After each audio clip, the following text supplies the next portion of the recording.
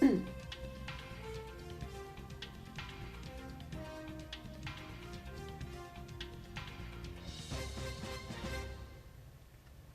tal? ¿Cómo les va? Bienvenidos. Esto es El Tequila en el Comercio Internacional. Nos da muchísimo gusto recibirlos en este espacio para platicar acerca de temas interesantes relacionados con la actividad de comercio exterior.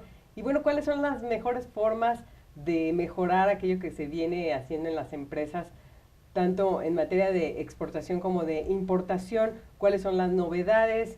¿Qué facilitación pueden recibir de parte de las autoridades? Y precisamente con ese propósito, hoy tenemos la presencia en este estudio de Roberto Rodríguez Figueroa, quien es el subdirector de servicios en la Secretaría de Economía Delegación Jalisco, y quien nos viene a platicar en torno a lo que existe en este portafolio de posibilidades de servicio para los exportadores y los importadores, pues principalmente de esta región que abarca básicamente el estado de Jalisco. Pero le doy la palabra a Roberto para que nos platique, Roberto Rodríguez, sí, que nos platique, bueno, en qué consiste lo que viene haciendo actualmente la Secretaría de Economía, cuáles son las facilidades que se le dan a los que realizan actividades de comercio internacional, pues para poder realizarlo de mejor manera. Roberto, bienvenido, sí, primero que nada. Al contrario, gracias por invitarnos, Gaby. Nosotros nos encanta venir a promover los servicios que ofrecemos ahí en la delegación. Somos una delegación al fin de cuentas, representamos a una secretaría. Y pues bueno, mi intervención el día de hoy es que conozcan los servicios que ofrece la delegación aquí en el estado de Jalisco. Bien, traigo algunos temas de industria interior, pero también traigo temas relacionados con el comercio exterior, por supuesto. Y pues si gustas empezamos. Y sobre todo de lo que está sucediendo en materia de tratados, de facilidades, de apertura, que bueno, lo vamos a ir desglosando, Roberto. Así es. Pero yo quiero que primeramente nos platiques, porque han de saber que al día de hoy está entrando en vigor uno de los acuerdos comerciales más importantes para México, y esto pues obviamente también abre oportunidades para los exportadores. Pero, ¿qué son este abanico de opciones que se tienen en la Secretaría Por supuesto. de Economía? Bueno, primeramente hacerles saber a los usuarios que llevamos nosotros un trámite que es de suma importancia para la creación de sociedades. Aquí lo tengo, pero está bien, ok. Nosotros ahorita vengo representando al área de servicios, tenemos servicios, promoción y minas, es la estructura de la delegación, y precisamente lo que yo quiero que conozcan las personas que ahorita nos están viendo es lo que tú comentas, el abanico de servicios que ofrecemos. Y primero quiero que se den cuenta que en la delegación ya tenemos varios años autorizando, bueno, la Secretaría como tal, autorizando el uso de las denominaciones o razones sociales. Aquí hay muchas empresas que se fusionan con otras del medio, y algunas que se desaparecen, otras que vuelven a crear, incluso no con tintes de productores de tequila, sino que quieren crear otra empresa. Pues resulta que la autorización para su constitución como sociedad mercantil la damos en la Secretaría de Economía. Nada más recordarles ese punto, porque nos ha caído usuarios que dicen, vengo de la Secretaría de Relaciones Exteriores y me dicen que aquí ya no se hace el trámite. Entonces, que anteriormente tú tenías que registrarlo precisamente ante la Secretaría de Relaciones Exteriores, tu empresa. Así es. Ya sí, hoy no. Hoy no, hoy es a través de un portal que es tuempresa.gov.mx. Al final por ahí pides tus denominaciones y en un promedio de 2 a 3 días hábiles te llega la autorización o la resolución.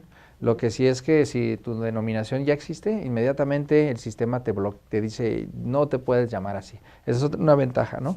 Entonces todo el trámite, para que sepan los que nos escuchan, para la autorización de denominaciones o razones sociales es a través de la plataforma tuempresa.gov.mx.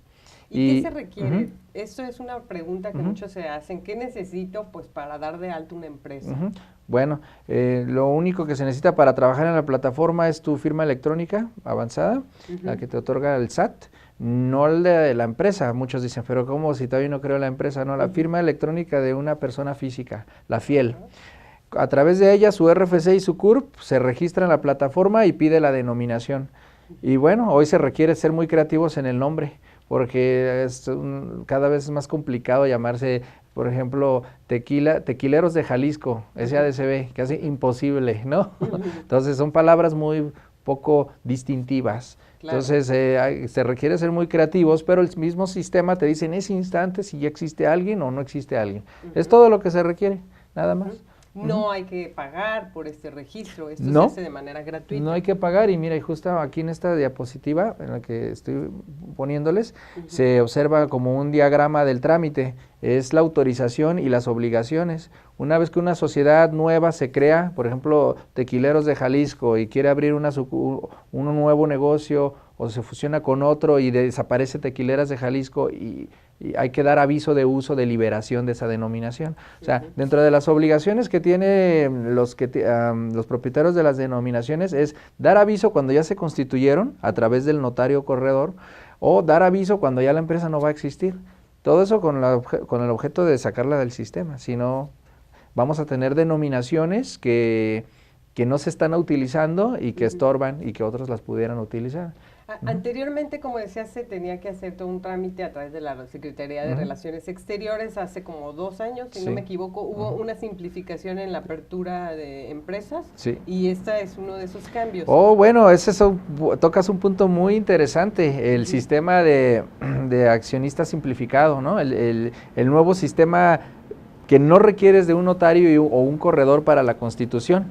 Ese es uno de el los simplificado. Puntos, ¿no? Sí, ese está dirigido. Ya no pagas, entonces ya no tienes que ir a un notario, pagar esta acta. Ok, aquí tengo que decirles a todos los que quieren crear una sociedad que ya el régimen simplificado que está a punto de arrancar implica el hecho de no solicitar los servicios de un corredor o un notario público para su constitución. Tiene sus ciertas reglas, y yo creo que si gustas aquí designamos un espacio totalmente para ese nuevo programa. Claro.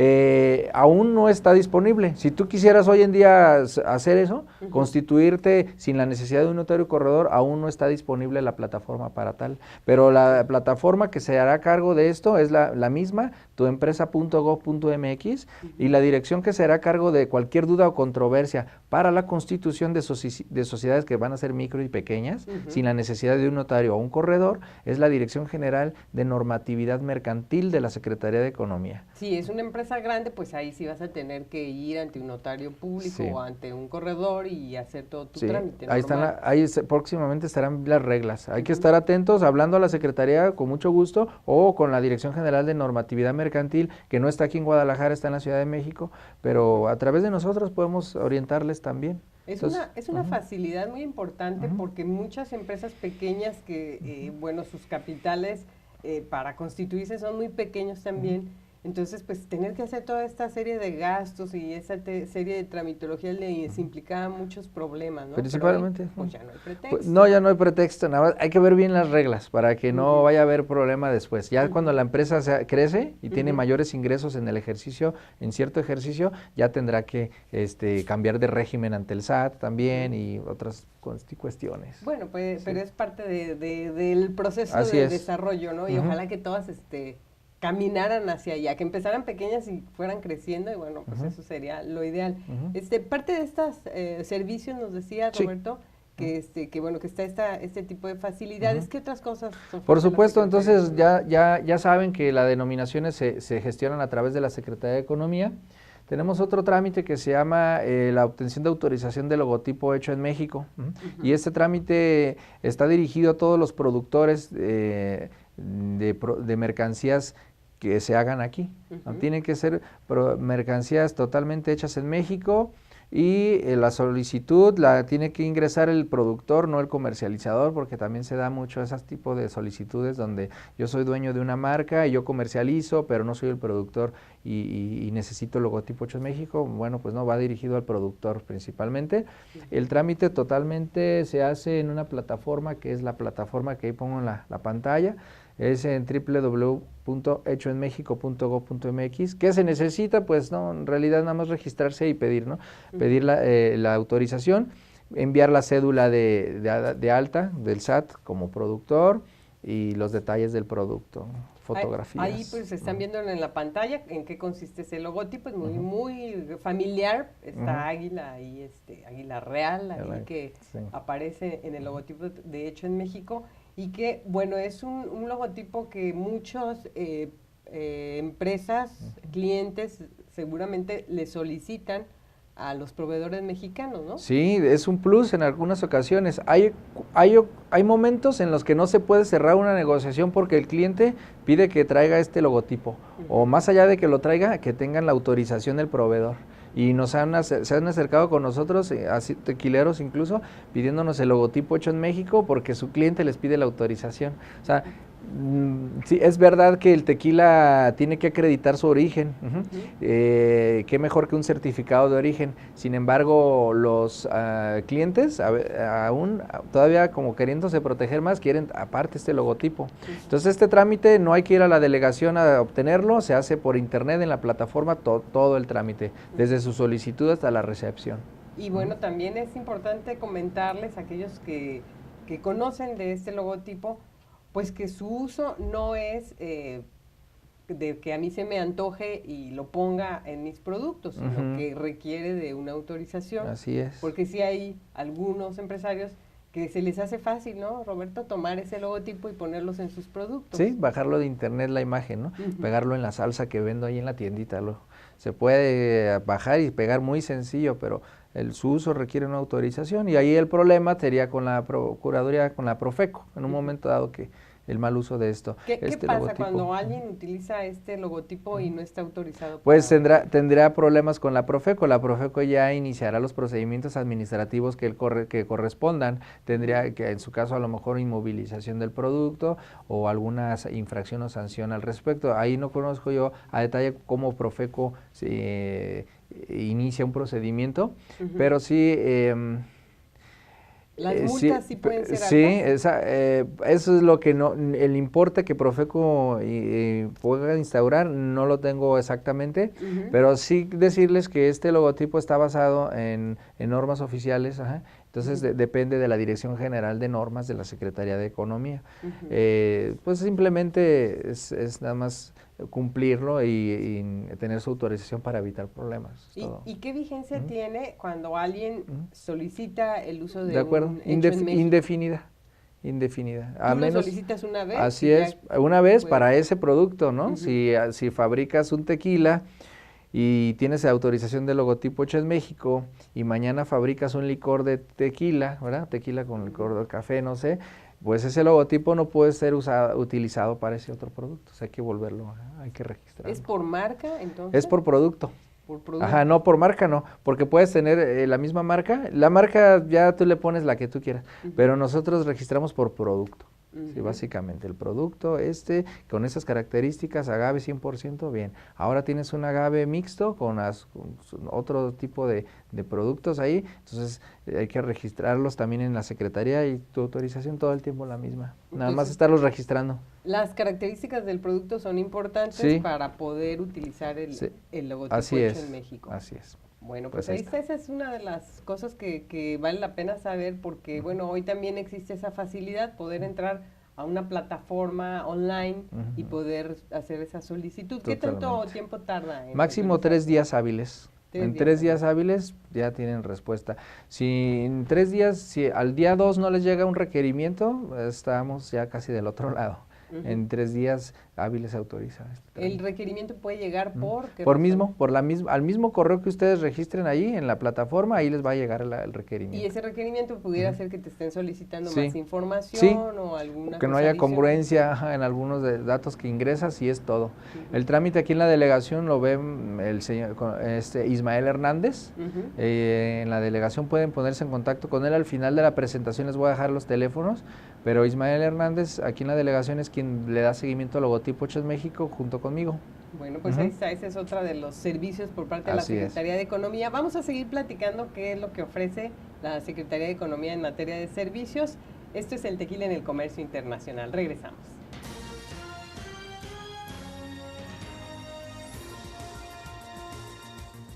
Estamos de regreso, esto es el tequila en el comercio internacional. Estamos platicando acerca de los servicios que ofrece la Secretaría de Economía Delegación Jalisco para todos aquellos que realizan actividades de comercio internacional. Ya nos platicaba Roberto Rodríguez Figueroa, él es el subdirector de servicios en la Delegación Jalisco de la Secretaría de Economía, de pues algunos trámites que se pueden realizar tanto en materia de dar de alta una denominación, una razón social, o el uso de este logotipo que se conoce como Hecho en México, del cual pues ya también nos platicaba algunas de las características y cómo obtenerlo. Vamos en este bloque a platicar acerca de un tema también importante que tiene que ver con la incorporación de extranjeros en una empresa, qué es lo que tiene que hacer el empresario, cómo es que notifica a la autoridad y cómo es que puede recibir la autorización para que se incorpore inversión extranjera. Sí, Roberto. sí, muy bien, Gaby. Es que hay que hacer del conocimiento a todos que en las sociedades mercantiles puede haber inversión extranjera tanto de capital como también de personas. Entonces, cuando nosotros creamos una sociedad y hay inversionistas extranjeros, lo importante es reconocer el tipo de sujetos obligados que somos. Tenemos nosotros como empresas con inversión extranjera que tener un registro ante la Secretaría de Economía, pero aquí quiero aprovechar el espacio para que conozcan en qué casos somos sujetos obligados. Bueno, básicamente clasificamos a los sujetos obligados en 3. Ahí en pantalla pueden ver los 3 tipos de secciones que controlamos o de las cuales llevamos un registro. En la sección primera tiene que ver con sociedades extranjeras con actividades comerciales en México. Son empresas que no se constituyen como sociedades bajo la Ley General de Sociedades Mercantiles en nuestro país, sino que tienen actividades en otro país y ya tienen su constitución en otro país, como por ejemplo una empresa con terminación Limited o LTD, ¿no? En Estados Unidos. Entonces se vienen aquí a México a hacer actividades, pero no quieren constituirse como sociedades mercantiles, sino quieren tener actividad comercial nada más. Esas empresas, aún con actividad comercial en México, tienen que registrarse ante la Secretaría de Economía como sección primera y necesitan una autorización nuestra para poder abrir cuentas bancarias y realizar sus demás trámites. Entonces, esa es la primera figura, una empresa extranjera con actividad comercial. La segunda figura, que es la mayoría que tenemos en registro, son sociedades mexicanas con inversión extranjera. Son ya empresas SADCB o con algún otro régimen jurídico en la que en sus cláusulas figuran extranjeros o en su capital también figura inversión extranjera. Esas empresas están sujetas al Registro Nacional de Inversión Extranjera y sí generan sanciones el no registrarse. Y la última sección. En el primer caso no. En todas ellas, en todos los casos, en los 3 casos que voy a hablar, el no registrarse cuando el sujeto obligado genera una sanción al respecto. Ahorita te platico de ella. Y el tercer sujeto obligado, la tercera figura, tiene que ver con inversión extranjera en la que intervengan bancos o fideicomisos. Entonces, cuando hay en una inversión, en una empresa hay fideicomisos de por medio, un fideicomiso también, y ese fideicomiso tiene que ver con la creación de una empresa con inversión extranjera. Esas empresas tienen que también registrarse en el RNIE, así le llamamos. O sea, esto de que los fideicomisos no dan información y que son muy ocultos y que a veces no se sabe ni qué actividades realiza, es falso. O sea, si hay que dar información. Hay que dar cuando hay inversión extranjera en ese fideicomiso, cuando se trabaja. Todo se hace a través de la plataforma, ahí aparece en su pantalla la página www.rnie.economia.gov.mx. Ahí vienen los formatos, en caso de que, primero viene una guía de cómo presentarlo por internet. Después vienen los formatos en caso de que la plataforma no funcione o que lo prefieran hacer presencial. También viene un apartado de cálculo de sanción. Para aquellos. Casi todos manejan el siguiente periodo. Después de que yo me identifico como obligado, sujeto obligado, tengo 40 días hábiles para informar al Registro Nacional de Inversiones Extranjeras sobre mi obligación. Y tendrán que tener en su expediente estas empresas su debida registro. Su constancia de registro. Así es, y no termina ahí la obligación. Todas estas empresas que tienen inversión extranjera, que son de estas 3 figuras, trimestralmente tienen que dar información si sus montos son superiores a 100 millones de pesos, ¿verdad? Y también tienen que informar si todos los años, de hecho el mes pasado, hoy estuvimos en contingencia, el viernes pasado fue el último día para presentar su informe económico anual, pero la plataforma falló justo el último día, justo el día que más entran, ¿verdad? Cuando se satura. Y se les dio un apoyo, hoy todavía están presentando su económico anual del año anterior. Es un estado de resultados básicamente. Entonces nada más llévense la idea, por favor, de que si en su empresa hay extranjeros, además de dar aviso a la Secretaría de Relaciones Exteriores de la inclusión de extranjeros, que generalmente lo hace el notario o el fedatario, también hay que verificar que estén registrados en el RNIE, Registro Nacional de Inversión Extranjera. Y bueno, ese registro hay que actualizarlo, dices, cada año, porque hay que estarle dando información. Hay que renovarlo, para poder entonces nosotros remitir la información precisa y que el Banco de México publique los datos precisos de la inversión. Si no renuevas esa información, entonces incurres en alguna irregularidad. Así es tu responsabilidad informar sobre la inversión que está entrando, los ingresos y los egresos, tu estado de resultados, para que tener cifras precisas de la inversión extranjera en el país. Entonces, si tú no das aviso, incurres en una sanción. Todo esto previsto en la Ley de Inversión Extranjera. Se les recomienda mucho leer esta ley para que conozcan en qué se puede invertir, qué actividades están reservadas del Estado, que sí, que no. Que cada vez hay menos. Cada vez hay menos, ya casi estamos abiertos en todas las áreas. Sí, casi sí, exacto. De todas formas, bueno, toda esta forma parte de este registro. Entonces ahí lo llevamos, el licenciado Ernesto Tejeda. Ernesto Tejeda es nuestro corresponsable encargado del área del RNIE en la delegación, para que tome nota. Cuando hablan de inversión extranjera directa, justamente hablan y nos dan información las autoridades de estos tres secciones que rinden información a la Secretaría de Economía. Y en tanto no rindas, pues eres acreedora a sanción, en tanto no rindas, los datos son incorrectos, la cadenita, ¿verdad? Entonces, cuando nosotros detectamos que abren nuevas empresas, por ahí les echamos una llamadita y les recordamos que hay que inscribirse para que las cifras coincidan, porque a veces las cifras del Estado o las de Banco de México y las que reportamos puede haber diferencias, pero pues esa es la labor titánica, ¿no?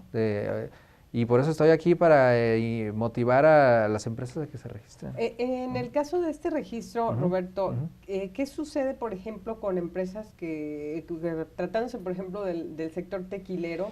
Porque yo entiendo que muchas veces hay empresas que tienen una matriz en la Ciudad de México y entonces se registran como su domicilio en la Ciudad de México y esa estadística cuenta como información más bien referente a la Ciudad de México y no tanto a Jalisco. Este cambio, eso que dices, tuvo cambios hace 2 años más o menos.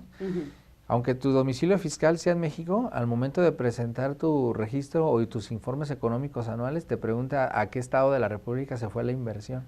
Y entonces ahora sí se registra con el país con el estado que se lo merece, ¿no? Esto es que si estás produciendo y que si tus empleos principalmente están en el caso de Jalisco, entonces tú tendrás que informar que estás en Jalisco. Exacto, hay un apartado dice ¿a dónde se fue la inversión? Al estado de Jalisco.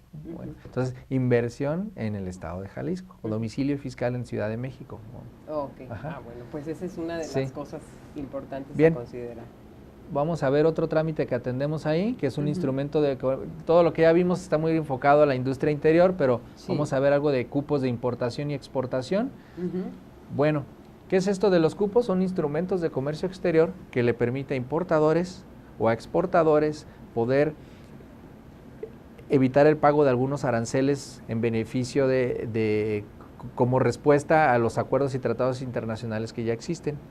O también como resultado de los estudios económicos en nuestro país, es prudente abrir fronteras para que pueden ingresar ciertos productos que controlen pues la economía básicamente. Tú sabes, mayor oferta, precios se ven afectados, entre oferta-demanda los precios se ven directamente afectados. Entonces, la Secretaría establece cupos para controlar el ingreso de esas mercancías, pero también establece cupos para controlar las mercancías que entran a otros países, de los cuales aquellos países dicen, bien, yo te recibo cierta mercancía, pero solo cierta cantidad. Entonces, para controlar esa salida, se generan los famosos cupos. De alguna manera son mecanismos como de protección a los mercados de cada país. Así es, de protección. El caso, por ejemplo, de algunos productos sensibles, como pueden ser agroalimentos, sabemos que pues siendo el sector agrícola muy sensible a la llegada de competencia, pues de repente sí le tienen que poner límites tanto a, por ejemplo, al azúcar, algunos granos, entonces este tipo de mecanismos, los cupos son los que, que se utilizan. Hoy en día está muy apretada las medidas para la exportación de azúcar, como además de los famosos cupos que en su momento se abrieron, que ya no ha habido licitación desde hace rato, pero el permiso de exportación, por ejemplo, para Estados Unidos o Canadá, ahí les está pegando a algunos que alguna vez exportaron piloncillo o productos parecidos. El problema de caer en el capítulo 17 de la tarifa arancelaria hace que tengan que solicitar un permiso de economía y se vuelve un poquito complicado para ellos. Pero bueno, ahorita la medida es un permiso para los que exportan azúcar.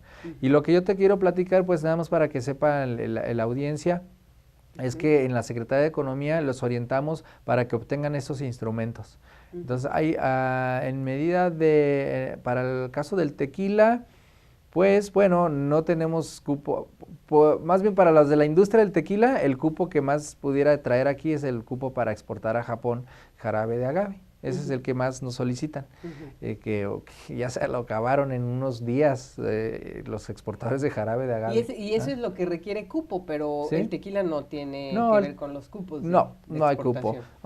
Y pues más o menos para cultura general tenemos cupos por licitación pública, ahí es el único cupo que cuesta su pago, hay que hacer un pago de derechos si eres ganador, ahí se ven las pantallas. El otro cupo le llamamos cupo de asignación directa. Eso se te asigna cierta cantidad en función de tu embarque. Tú demuestras que compraste cierta cantidad, pues sobre eso te doy una autorización de cupo. Y el cupo que es primero tiempo, primero en derecho, este tercer cupo lo piden mucho los de la industria de aquí del tequila. Pues, bueno, aquellos que fabrican los jarabes de agave. Sí, porque sí, exacto, porque hay quienes fabrican tequila, pero no jarabe, ¿verdad? Pero sí hay muchos que son mix, hacen tequila, pero también hacen este tipo de productos, algunos.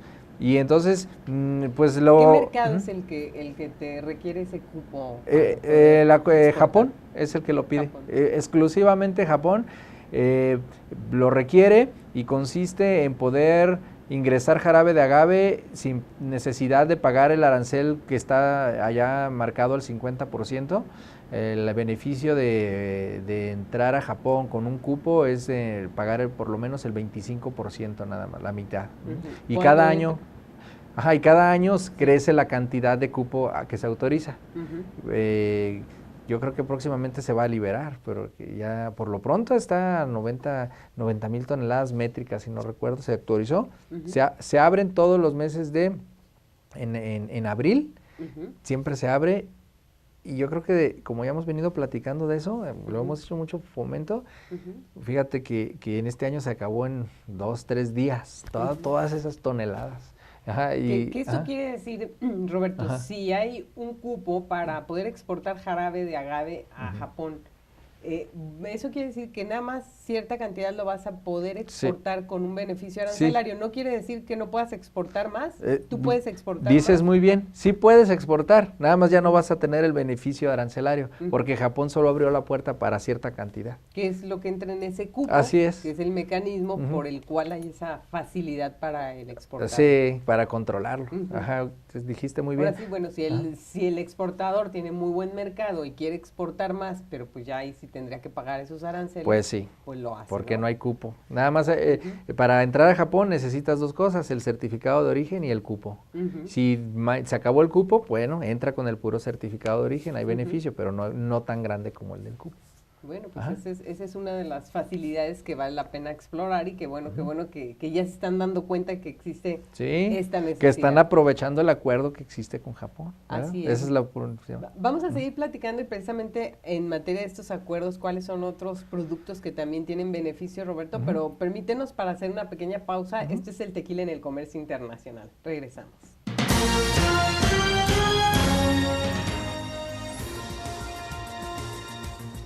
Internacional, estamos platicando acerca de las facilidades, de los beneficios que tiene el acercarse a autoridades como la Secretaría de Economía para poder recibir no nada más orientación, sino algunos apoyos en materia de exportación y e importación. Y precisamente para platicarnos de estas facilidades y estos beneficios tenemos en el estudio a Roberto Rodríguez Figueroa, quien es el subdirector de servicios en la Secretaría de Economía, Delegación Jalisco. Estamos platicando precisamente de estas facilidades. Bueno, ya hemos venido hablando de lo que implica obtener cuestiones como el logotipo hecho en México, ya nos platicaste de los cupos de importación y de exportación, en qué consisten. Y bueno, también hay un mecanismo importante en esta materia que tiene que ver con los certificados de origen, Roberto. Así es. ¿En qué casos se utilizan? ¿Qué es lo que tiene que hacer un empresario para tramitarlo?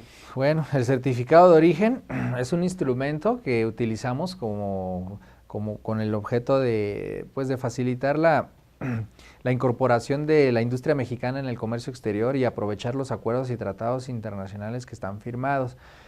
A través de esos acuerdos y tratados se instauran instrumentos para acreditar el origen de los bienes. Entonces, esos son los certificados de origen. En la delegación de la Secretaría de Economía aquí en Guadalajara emitimos al promedio de 70, 80 certificados de origen diarios. Hay ocasiones que es en promedio porque hay ocasiones que emitimos a más de 100. Son documentos que acreditan que un bien es originario de México para que pueda entonces, como ya lo comentaba, gozar principalmente de beneficios arancelarios a los países a donde va, o también pueda evitar el pago de alguna medida de salvaguarda que exista en aquel otro país, considerando que el producto es mexicano y que no proviene de un país con el que haya una práctica desleal. Entonces, un certificado de origen, básicamente sus dos beneficios son esos: no pagar aranceles colgándose de un tratado o acuerdo internacional, o también el segundo beneficio, no pagar alguna medida de salvaguarda que exista en el país a donde va principalmente. Y algunos hasta lo meten como restrictivo, como por ejemplo en China. Hay ocasiones, de hecho hay empresarios de tequila que me piden un certificado de origen para China. Entonces, bueno, con China no tenemos un tratado o acuerdo internacional firmado, y el certificado que expedimos aquí se llama de artículos mexicanos, certificado de artículos mexicanos, que también se pide en la delegación. Pero bueno, tu pregunta es, bueno, ¿cómo se obtiene? Quise hacer este preámbulo para que sepan el beneficio de un certificado, ¿verdad? Y básicamente, pues el certificado lo tramitan por un requerimiento del cliente en el exterior, o porque pues también a veces es una obligación o no es obligatorio. Sí, es lo que estás diciendo exactamente. La mayoría de las ocasiones es a requerimiento de su cliente, dado que les permite no pagar aranceles, ¿verdad? Ese es el principal. Claro. Y número dos, algunas son restrictivas, como bien señalas. Algunos países dicen no entra si no acredita su origen. Bueno, entonces, ¿cómo le acreditamos el origen a Afganistán, por ejemplo, ¿no?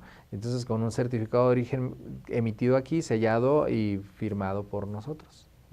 El caso de estos certificados, pues platícanos en qué consisten, cómo los obtienes, cuánto tiempo tardan, se tarda en si cuesta o no cuesta. Cuesta o no cuesta. Bueno, mira, el trámite consta de 2 pasos. Solamente el primero es acreditar que el bien es originario. Le llamamos llevar un registro de producto elegible para preferencias y concesiones arancelarias. Entonces tienes que acreditar que es mexicano, y aquí nosotros revisamos las reglas de origen existentes. No basta con que un producto esté fabricado en el país. Si no reúne la regla de origen, pues no le vamos a poder dar la certificación. ¿Y eso implica que qué porcentaje tiene que ser de producto mexicano? Sí, hay reglas de origen que le llaman el tratado de valor de contenido regional que tienen que ver con un porcentaje de contenido regional en el producto terminado. Y hay otras reglas que tienen que ver con un salto arancelario, ¿no? O de brinco arancelario para que puedan ser considerados originarios.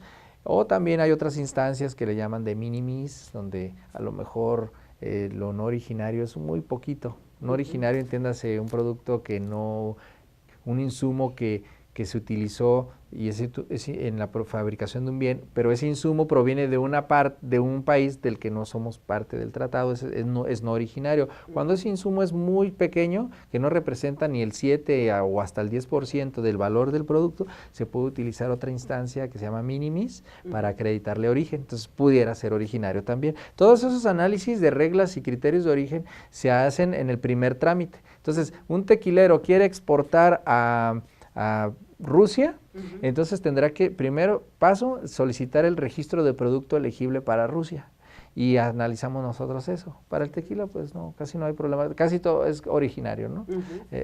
Sería muy raro importar algo de otro país, a lo mejor el azúcar, ¿no? En un momento dado. O los tapones, o botellas. Y eso es algo que, y qué buen punto estás comentando, porque en esos casos nosotros no analizamos eso.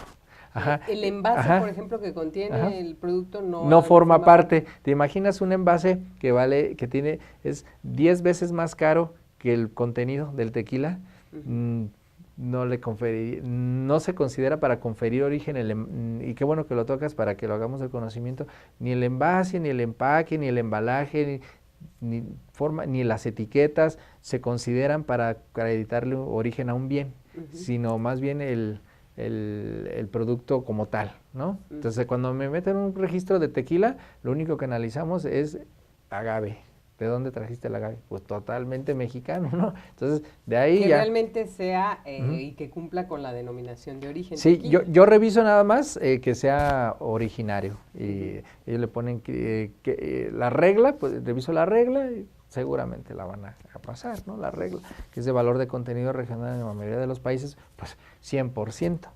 Si me traen un envase hecho en Italia o en algún otro país, diseño no lo considera el envase.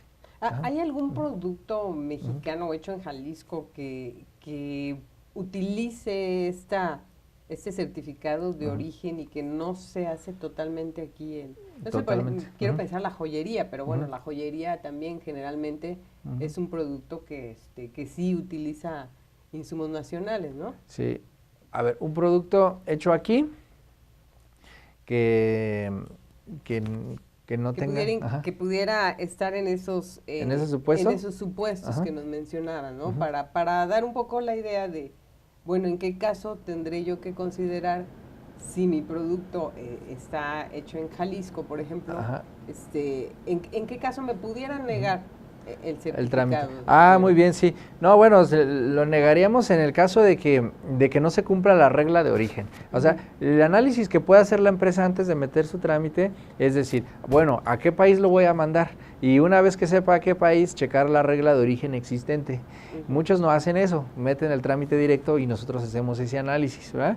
Meten el trámite y todos los insumos son extranjeros completamente. Entonces, todos son extranjeros. Por ejemplo, en la industria electrónica hay muchos aparatos que están fabricados aquí en grandes empresas de la manufactureras. Pero son ensambles. Son ensambles, ensambles y algunos hacen una cámara completamente con insumos totalmente importados. Todos los insumos son de otro país y aún así esa cámara sí puede ser considerada hecha en México. Depende a qué país vaya para revisar la regla de origen. Puede haber que una regla de origen donde diga que el insumo no puede ir en la misma partida del producto terminado. Y cuando existe eso, ya se echa a perder todo y ya no puede ser considerado originario. Es todo un estudio, la cuestión de las reglas es todo un detallito. Claro. Pero básicamente quien quiera, el primer trámite es obtener autorización de registro de productos elegibles. Y aquí, bueno, sobre todo va más dirigido a la parte artesanal, ¿no? Yo creo que ahí es en donde mucho se demanda el certificado de origen. Sí, casi todos ellos son criterios B. Ahí le llamamos así, ¿no? Los tratados manejan mucho criterio B. Y en ese caso, ¿a qué nos estamos refiriendo? La mayoría de los tratados, un criterio B en un certificado indica que el producto está elaborado con insumos totalmente originarios, la gran mayoría.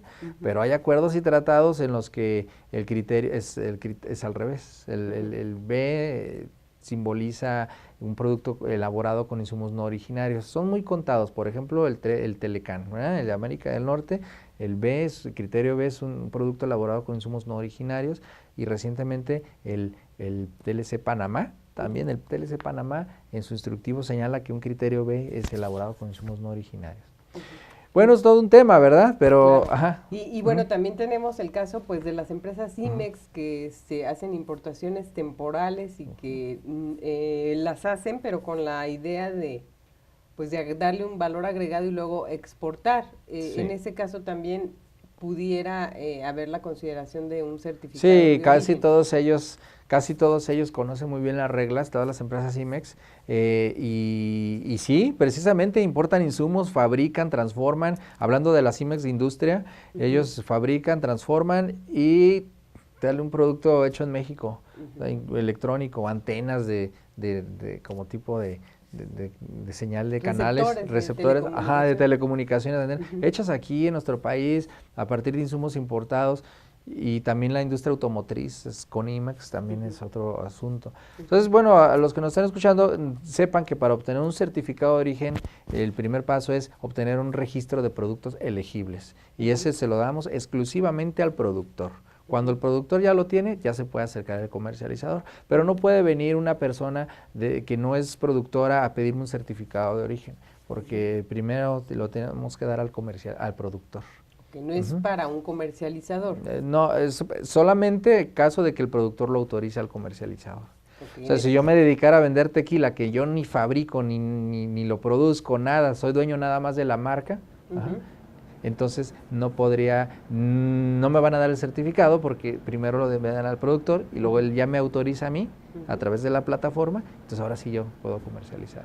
Correcto. Así es. Bueno, vamos a seguir platicando cuáles son estos otros productos que están en el abanico de opciones que ofrece la Secretaría de Economía. Este es el tequila en el comercio internacional. Regresamos.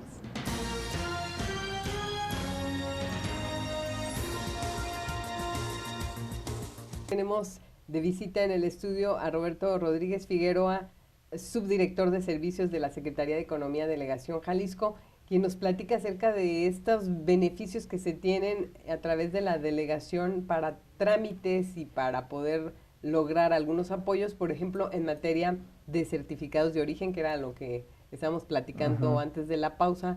Roberto, ya nos decías pues que hay que acreditar que un producto está hecho, por ejemplo, el caso de México, pues que está hecho en nuestro país, para poderlo exportar a ciertas naciones con las que se tienen acuerdos. Así es. ¿Qué otras cosas hay que considerar para un certificado de origen? Sí, bueno, principalmente ser productores, ¿no? Ese es, y que cumplan las reglas de origen que existan al país a donde va.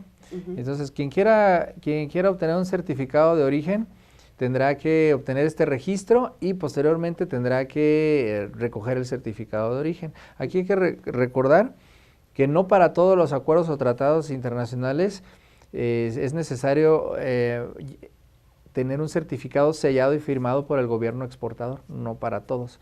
Es muy apropiado que antes de solicitar un certificado, verifiquen con nosotros, pueden hacerlo, o con su agente aduanal, si el certificado que necesitan debe ir aprobado por el gobierno mexicano o no, porque no en todos los casos. Entonces, por ejemplo, un caso en que no, a Israel, exportar tequila a Israel, pues no requiere certificado sellado ni firmado por nosotros, al igual que otros tratados como el de Centroamérica o el de América del Norte. Pero aún así lo solicitan. Sí, aún así ellos simplemente llenan el formato de ese certificado, lo firma el exportador, lo mete a un sobre de una mensajería y lo manda al país. O sea, no necesita ir sellado ni firmado por nosotros. No lo solicitan, vamos, a la Secretaría. Ellos mismos lo elaboran. en un formato que viene en el propio tratado, que nos pueden pedir a la Secretaría, también les podemos proporcionar. Pero eso también es válido. Sí, también es válido porque el propio acuerdo tratado lo permite. Entonces, bueno, entonces el día de mañana que exporten tequila a alguno de los algún país y reconocer primero si requiere de algún tratado o acuerdo sellado, firmado, que tenga que ir el certificado sellado, firmado por nosotros. Las vías de obtención de un certificado son presencial, hay que irse a dar una vuelta al centro de Guadalajara, estamos en 16 de septiembre, al final les pongo el domicilio y teléfonos. Y ahí en la diapositiva que se está mostrando, hicimos a grandes rasgos los trámites a qué países se tiene que hacer presencial. Aquí dice ahí Panamá presencial, pues quiero aprovechar el foro para decirte que a casi un año de llevar este trámite presencial en Panamá, aprovecho para decirles que a partir de hoy, todo ese trámite para exportar a Panamá se hace a través de la ventanilla única, ya no se puede hacer presencial. De hecho, trae la premisa, ¿verdad? A partir de hoy, ni un trámite para exportar a Panamá. Aprovecho el foro para decirle a todos los tequileros que ya tenían registrados sus productos elegibles en un periodo de 2 meses para acercarse ya a la Secretaría a fin de migrar la información a la ventanilla única. Entonces, pues si vas a exportar a Panamá, tequilero, tienes que entrar a la ventanilla ya es única por medio de la exterior. Exactamente, ya no hay que ir a la delegación como se estaba acostumbrando en estos meses anteriores, que se daban 4 vueltas, uno para llevar la solicitud, uno para recogerla, otro para entregar el certificado y otro para recogerlo. Hoy en día el certificado de Panamá solo requiere una sola visita a la delegación. Es para recogerlo. Es para recogerlo, básicamente, haciendo el trámite por internet. Y aprovecho el espacio para decirte que justo a partir de hoy, los 2 de mayo. Y los demás trámites que se hacen presencial, Colombia, Ladis, Ecuador, Japón. Y aquí para Japón, ¿por qué presencial y le pongo exclusivo jarabe de agave? Pues porque la ventanilla única presenta una inconsistencia en la descripción. Quien vaya a exportar jarabe de agave, la verdad, ya se lo saben la mayoría de los exportadores de jarabe de agave, pero si apenas vas a incursionar en exportar jarabe de agave, acércate a la delegación para orientarte cómo se hace este trámite, porque es ahora sí que híbrido, es parte en ventanilla, parte presencial, y es un esquema que ahí nosotros instrumentamos, dada la inconsistencia que existe en la ventanilla, porque Japón exige una leyenda kilométrica, ¿no? en el certificado. O sea, no viene esa leyenda en el certificado original. Y a través de la ventanilla no se puede insertar esa leyenda. Por eso tenemos que ponernos de acuerdo con los exportadores, tendrán que ir a la delegación para organizarnos, cómo darles. Y a los que exportan actualmente tequila a Japón, recordarles, aprovechando el espacio, que toda la descripción de un tequila en un certificado de Japón debe traer la leyenda de genuino, o en inglés, ¿no? Genuine o genuino. Eso evita aprovechar el certificado en el país de destino.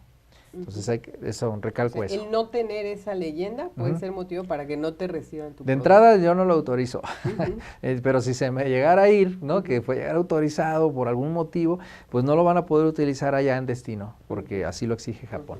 Y pues bueno, ventanilla y Colombia es el único certificado que se puede pedir totalmente electrónico, no hay que ir a la delegación, por ahí se pide, por ahí se obtiene. Okay. Bien, también damos servicio de pulido y encerado. Ay, sí, no es cierto, ¿no? Me parece, ¿no? Ahí la imagen, pero más bien es de programas de fomento. Ahí está un vehículo revisándose. Mira, tenemos 3 programas de fomento muy importantes, el IMEX, el PROSEC y el DROVAC.